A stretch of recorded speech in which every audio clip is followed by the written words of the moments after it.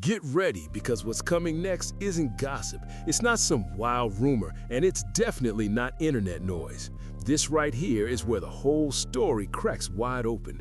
When Charleston White finally spoke, he didn't yell or throw shade. He exposed everything. The silence people thought meant loyalty, turns out it was the loudest confession of all. I watched her documentary before she ever became big. I think I seen it on PBS, on Channel 13. You can tell she was a rough. She had anger problems. She was not ladylike. She was nigga boy, tomboy. And she, nigga, she went through the process and corrected what needed to be corrected to represent what a champ is. She ain't no Layla Ali. None of our new youth are what our old stars used to be.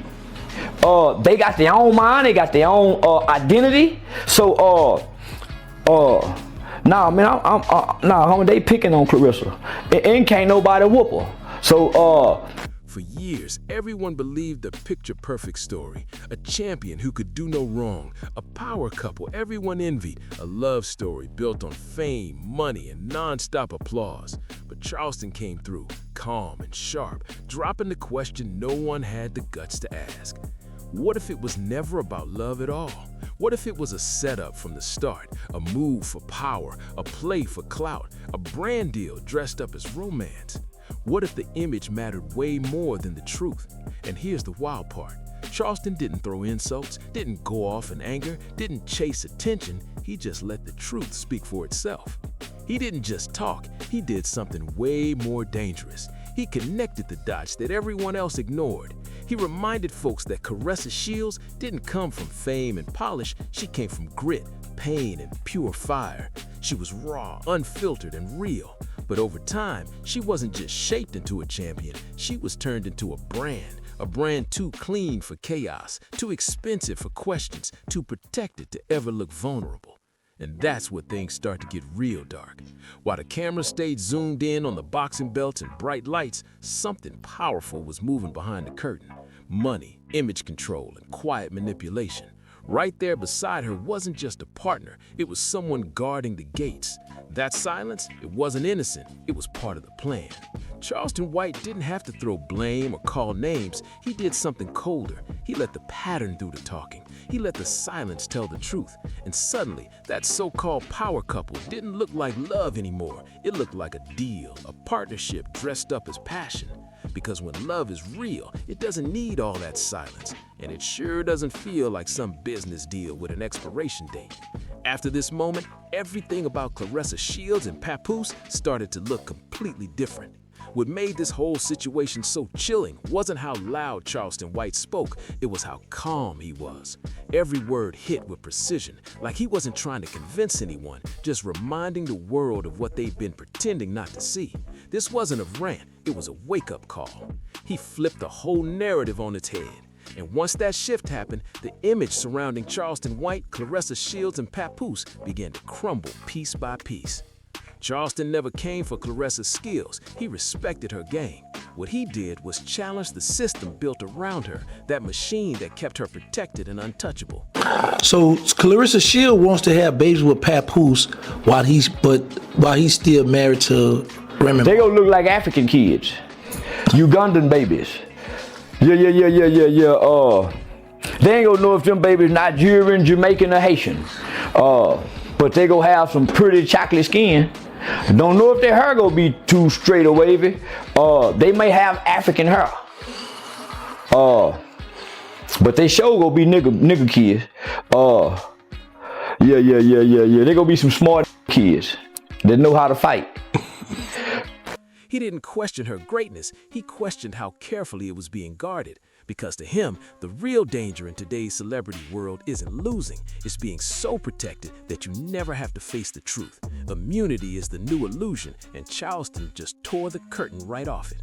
When someone becomes so important to a story that even questioning them feels off limits, that's when the real control starts. Charleston White pointed out something most fans totally missed. Claressa's rise wasn't just about talent, grind, and power. It was about polish, image cleanup, and narrative control.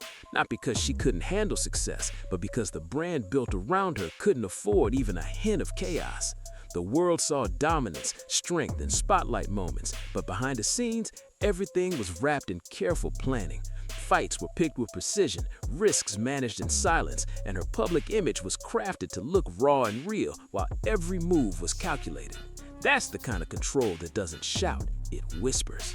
Then Charleston shifted the lens away from the boxing ring and towards the edges, the people in the shadows shaping access, influence, and silence itself.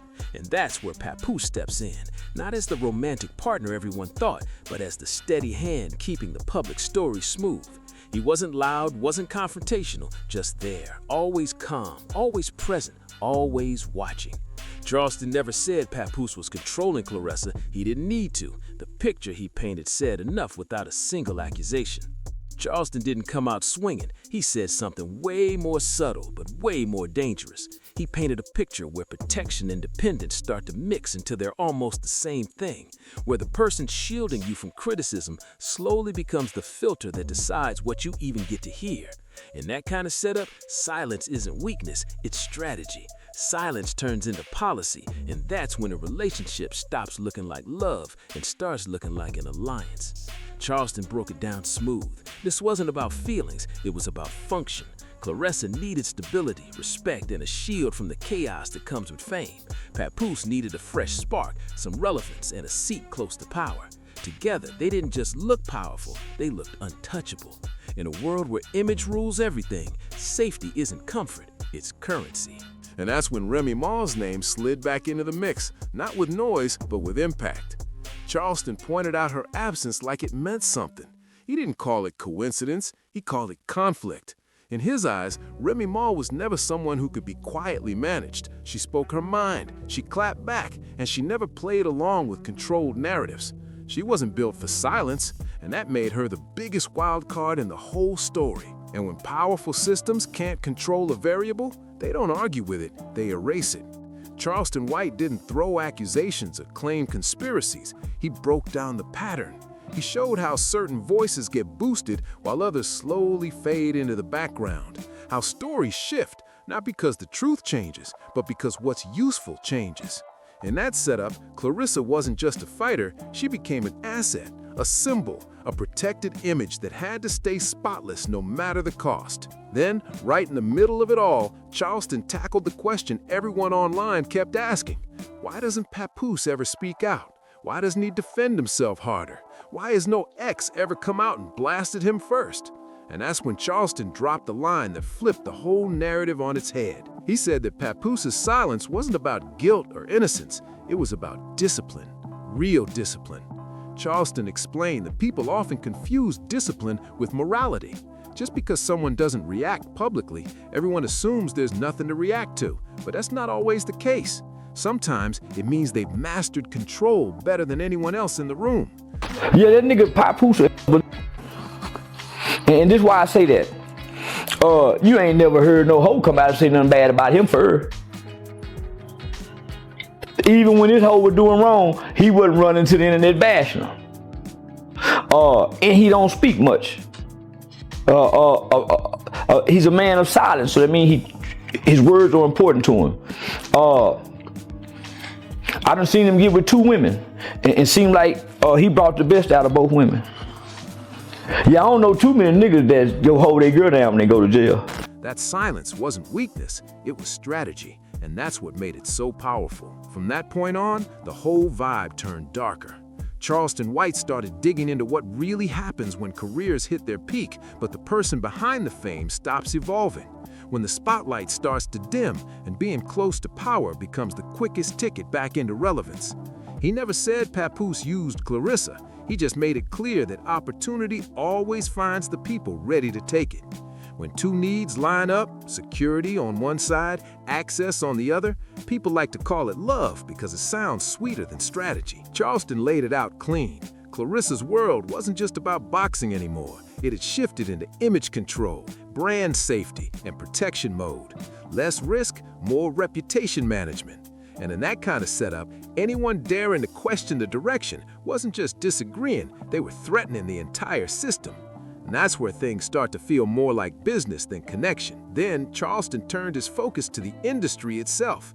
He called out how the same media voices that scream empowerment suddenly go quiet when real scrutiny shows up.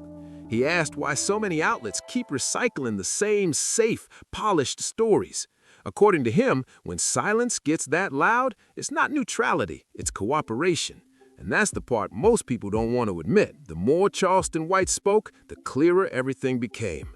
Control doesn't storm in, it slides in quietly. It shows up dressed as loyalty, protection, even love, until one day the person at the center can't tell where their freedom ends and the system begins.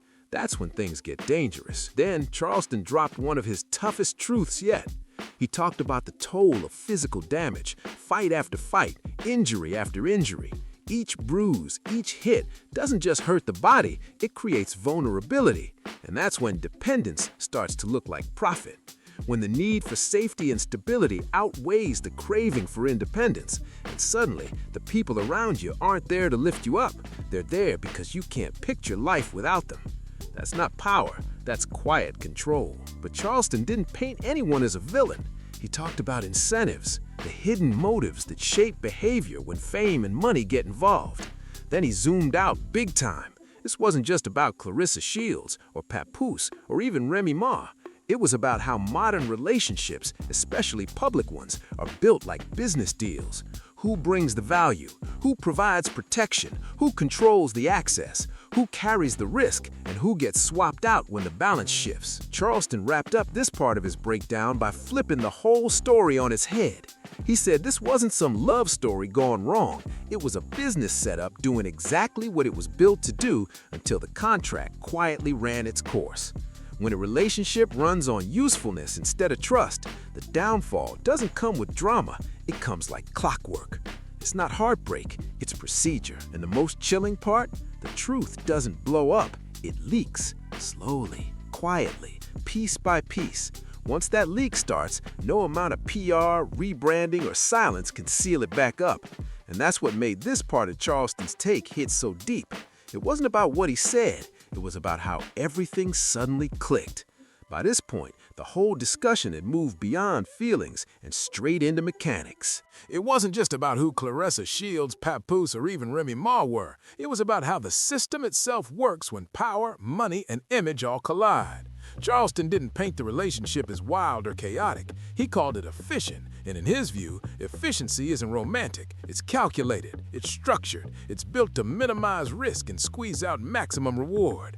That's when the connection between Claressa Shields and Papoose stopped feeling emotional and started looking like a carefully managed operation. Charleston White printed out something quiet but absolutely damning.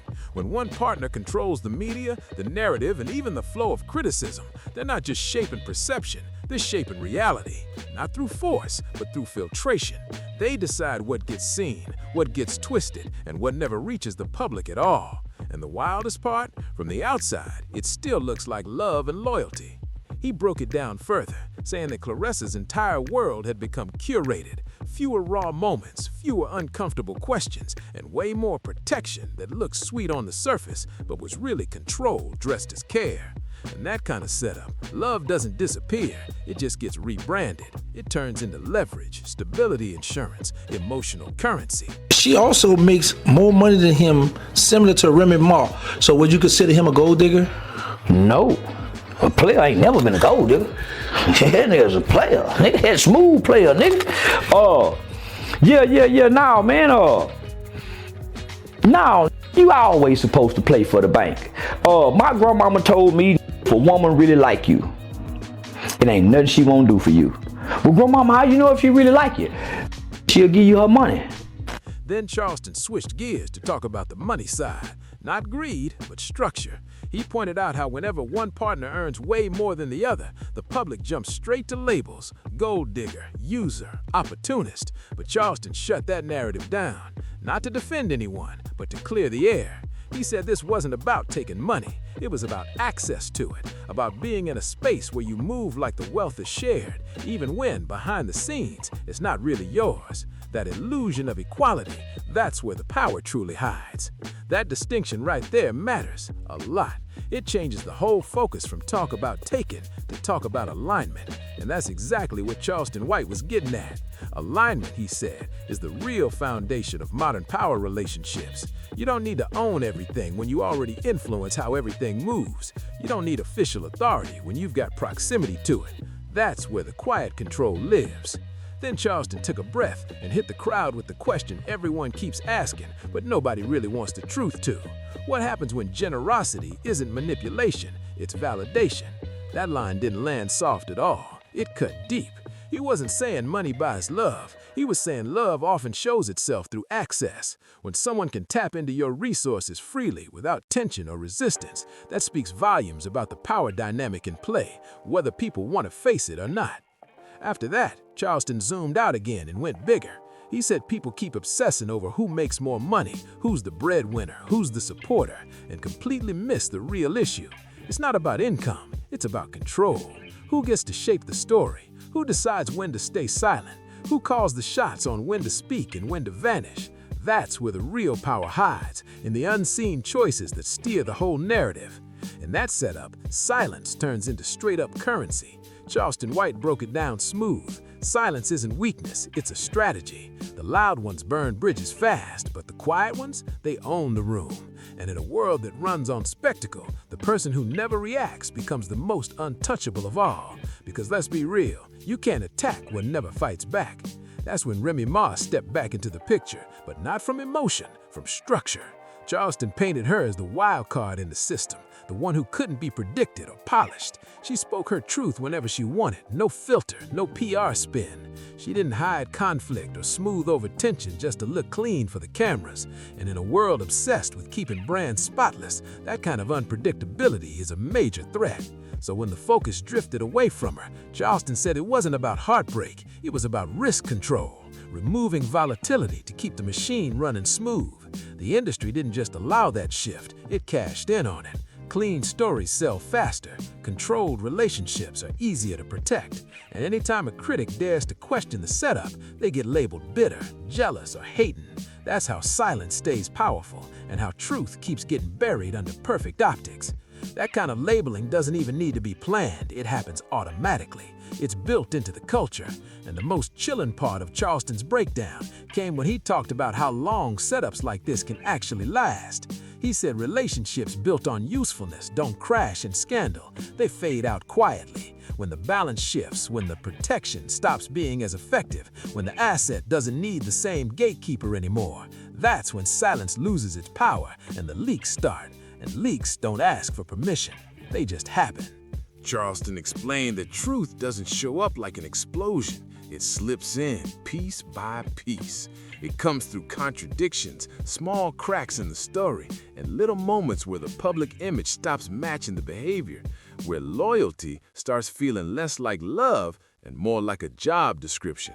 That's when the truth starts creeping out, slow but unstoppable. Then he tied it all back to the physical cost, the endless fights, the repeated injuries, the exhausting recoveries. It all adds up. Charleston said that kind of physical wear and tear makes emotional dependence stronger, and that's where control becomes the most profitable. Not because someone's evil, but because it happens naturally. When a person's tired, hurting, and constantly under the spotlight, they stop questioning the setup that promises to keep them safe. And that's exactly how these systems survive, by keeping the exhausted too comfortable to fight back. Charleston White wrapped up this part of his talk by flipping the whole idea of marriage on his head. He didn't speak out of bitterness, he spoke out of realism. He said marriage isn't just romance, it's a contract. Not in a cold way, but in a practical one. He argued that most relationships fall apart because people treat marriage like it's all about emotion instead of structure, like it's about feelings instead of foundation. And once those feelings shift, the whole thing collapses. In Charleston's view, when a relationship is built like a business, it can survive storms. But when it's built like a show, it falls apart the moment the audience changes. And that's the real sting in this story. Because if this was never truly about love, if it was all about alignment, then the silence wasn't betrayal at all. It was policy. And policies don't apologize. They just expire when they stop being useful. Charleston didn't stand on a soapbox or tell people what to believe. He didn't push conclusions. He just laid out the structure, the mechanics, and let the truth breathe on its own. Once you see the pattern, you can't unsee it. By the time he reached this point in his breakdown, the damage was already done. Not because he exposed a scandal, but because he forced everyone to confront what they'd been trying so hard to ignore. By the end, the story had outgrown Claressa Shields, Papoose, and Remy Ma as individuals. It wasn't just about them anymore. It had become something way bigger, a pattern, a system, a familiar cycle that people only recognize once it's already too late. Charleston White didn't come out saying this relationship was doomed. He said something much colder. He hinted that maybe it was never meant to last, that it had a purpose, a lifespan, and a quiet exit plan built right into it from the start. And once you start looking at it through that lens, every sweet romantic moment suddenly feels different, like a move, not a memory. Charleston talked about how most modern celebrity relationships aren't designed to hold emotion. They're designed to handle pressure. They're not built for truth. They're built for image, for headlines, for managing the backlash that comes with fame. In that world, authenticity turns into a liability, and vulnerability becomes a dangerous gamble. So people trade real connection for controlled silence, because silence is the safest currency anyone can hold. That's where Charleston's tone shifted, almost clinical. He broke it down like a blueprint. Public couples aren't judged by their love anymore. They're measured by their utility.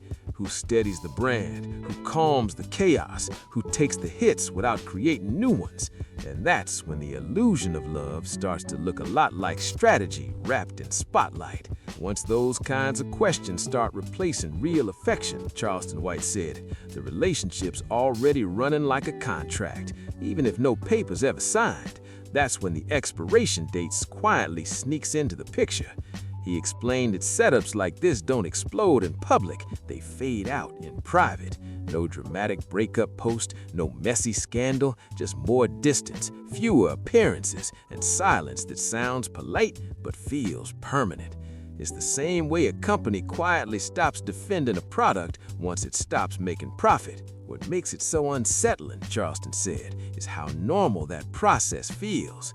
The public loves to mistake longevity for loyalty, but in controlled environments, longevity don't mean love, it means efficiency. It means the arrangement is still serving its purpose. Once that purpose dries up, the protection fades, the silence starts to crack, and suddenly what used to feel untouchable becomes open to doubt and questions. Charleston didn't sit there predicting doom, he laid out inevitability. Because when a relationship is built on alignment instead of truth, it can't handle change. If the money shifts, if the fame dips, if the narrative takes a turn, the bond doesn't bend, it just quietly dissolves. No apologies, no fireworks, just clean separation dressed as calm maturity. Then he hit the audience with a line that reframed everything he'd said before. He argued that most people don't even realize they're in transactional relationships because transactions don't always look like trades. Sometimes they look like protection, like someone shielding you from heat or managing your critics or keeping your image spotless while you focus on the spotlight. It's not chaos, it's choreography. And that's what makes it so hard to see until it's already over. But every transaction comes with a cost, and in this story, Charleston White said the price was autonomy.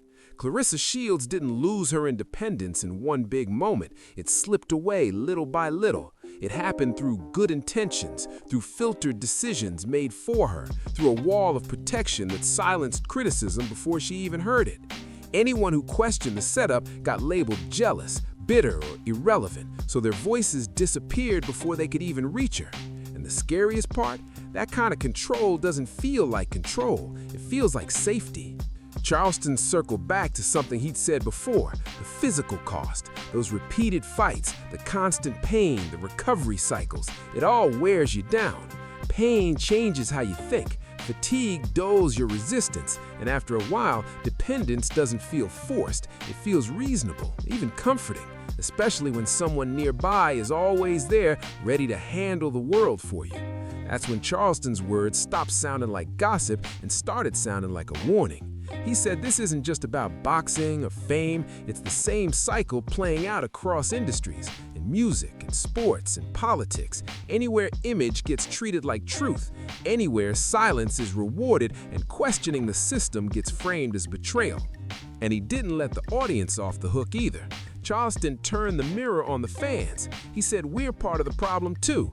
Every time people cheer louder instead of asking questions, every time they defend the brand instead of the person, they help keep the system alive. Because applause doesn't just celebrate, it also silences.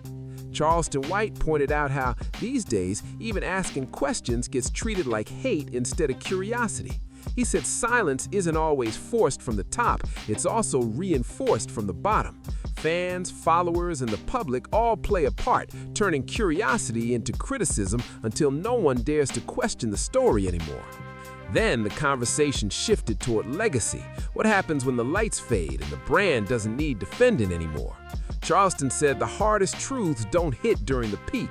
They show up after the applause fades, after the spotlight moves on, after the protection disappears. That's when people finally start asking the questions they were told not to before. But by then, the answers don't hurt as much as the regret. He brought it full circle by returning to the idea of marriage, not as romance, but as infrastructure, as accountability, as shared responsibility. Charleston argued that when love is treated like pure emotion, it collapses under pressure. But when it's treated like a partnership built on duty and planning, it can actually endure. And the wildest irony, he said, is that so many people reject marriage as a contract while unknowingly stepping into relationships that function exactly like one, just without the paperwork, without transparency, and without the honesty to admit it.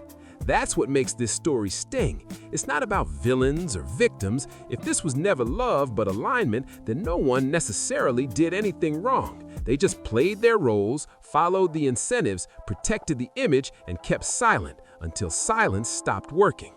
Charleston didn't end his breakdown with anger. He ended it with clarity. He didn't predict explosions or scandals. He reminded everyone that systems don't collapse from exposure. They collapse when the silence holding them together finally runs out. Charleston White said something that hit like a cold truth. Systems don't collapse from scandal. They collapse from irrelevance. When the cost of keeping up the illusion outweighs the benefits, that's when everything starts to quietly fall apart. And when that moment comes, the truth doesn't need a stage or a microphone. It just leaks. It seeps and whispers, in side comments, in things that no longer add up, because silence only holds power while people still believe it means something else. That's when this story stops feeling entertaining and starts feeling uncomfortable. Because once the noise fades, once the clips stop circulating, once everyone stops defending their side, what's left behind isn't a hero or a villain, it's a pattern, a familiar one. The kind that looks shiny and perfect from far away, but feels empty the closer you get. What once looked like loyalty now feels like duty. What once felt like protection now looks like control. And that thing everyone swore was love, it suddenly feels like a transaction that finally ran out of value. Charleston challenged the audience right there. He said, this is the moment you got to decide whether silence still sounds noble or whether it's starting to sound performed. Because silence doesn't just protect people, it protects systems. It shields the deals, the arrangements, the curated narratives that only survive as long as no one asks the wrong question at the wrong time. And when those questions finally slip through the cracks, everything built on image starts to shake. There's a reason this story never ended cleanly, a reason the answers came in fragments instead of open confessions. There's a reason no one wants to speak too soon or too loud, because once the illusion breaks, you can't patch it up again without showing exactly what it was made of. And that's the moment when image turns back into truth, and truth refuses to stay quiet anymore. Power, dependence, the fear of fading out, the fear of losing access, the fear of losing control. Charleston White said that kind of fear screams louder than any accusation ever could. And what makes this whole story so tragic isn't the fallout, it's realizing the warning signs were always there, sitting in plain sight. The quiet exits, the filtered truths, the voices that didn't disappear by accident. They were pushed out long before anyone noticed. Charleston broke it down raw. Betrayal doesn't always storm in with drama and yelling. Sometimes it walks in calm, polished and smiling, dressed up as professionalism and strategy. So now, the real question isn't who's right or wrong. It's who profited while everyone else stayed silent. And even more importantly, who pays the price once the whole arrangement stops working. Because stories like this don't really end when people stop talking. They end when the truth no longer needs permission to speak. That's when the masks fall, the silence breaks, and the real story finally tells itself. If you made it this far, don't just scroll past, hit that like, subscribe, share, and drop a comment below. Tell us what you think about this wild breakdown. Do you believe Charleston White was exposing something real or just stirring the pot? Let's talk about it.